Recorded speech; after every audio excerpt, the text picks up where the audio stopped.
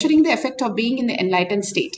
Again and again, Bhagavan clearly thoughts we are much more blessed that we can travel into multiverse, download any intelligent softwares from anywhere into this, as Bhagavan manifests in each one of us. The Shastra Pramana, and we can experience beyond the mind and experience the consciousness. Is taken from the Vijnana Bhairava Tantra, Sut Dharana 40. Sarvam de manasaha sarvam deham chinmayam hyamodayaha. Bhagavana Bhairava Tantra, Sutra 60. But continuously cognize beyond, indeed are simultaneously of the essence and nature of the consciousness in the infinite space of what happens. How Bhagavan clearly is free from the doubt of the root cognition.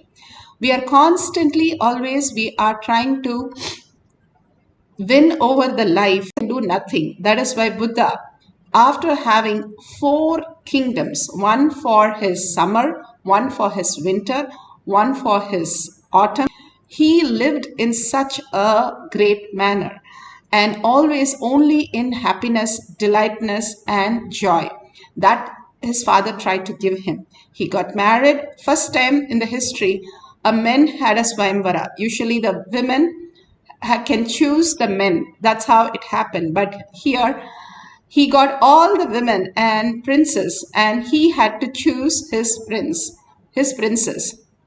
All that greatest thing that his father did. And he thought once the kid was born that he would be settled and he will not go anywhere.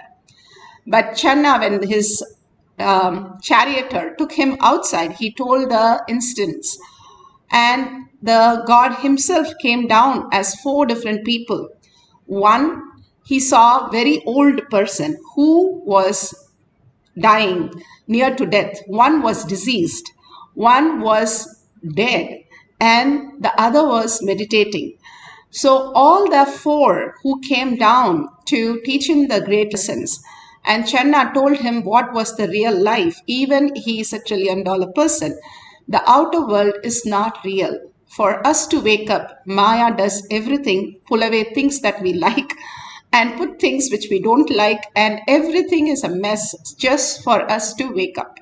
And when we understand, disturbed by that, just enjoy that as happenings of our life, whatever, however misery, and looking at it from the inner space, we'll wake up to the higher science and not have to go through much more than that.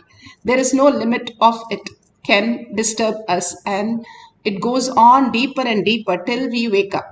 So instead, we can look in, the Bhagavan says, bring your focus into the inner space. The samyama that Bhagavan has given us, the pure silence, living in the silence. How he gave nirahara samyama, then he gave so many samyamas for us to look in who we are. Samyama means dharana, dhyana, samadhi. Dharana is putting your focus on inner space for some time. And dharana, dhyana, focusing on who you are, which is Bhagavan says, Paramashiva. Because he is Paramashiva, he says his Guru initiated him, and we are Paramashiva because Bhagavan is saying that I am Paramashiva. Holding that as our past, present, future, oneness. And samadhi, when we are meditating on that, when we are in that space, manifesting the powers, cognitively understanding that we are not just the gross body, but we are the quantum, getting absorbed into the quantum space. When we are chanting the Mahavakya, becoming the oneness with Paramashiva, continuously dropping everything at Bhagavan's lotus feet, something new starts happening in our life. And that beautiful space, Bhagavan says, that space of oneness, that supreme awakening happens, where the manifestation of cosmic body happens. That body, that we, everything that exists, starts manifesting as truth. Apta Pramana. Here, this is from Sai Satcharitra, chapter. Clearly, Bhagavan Baba scanned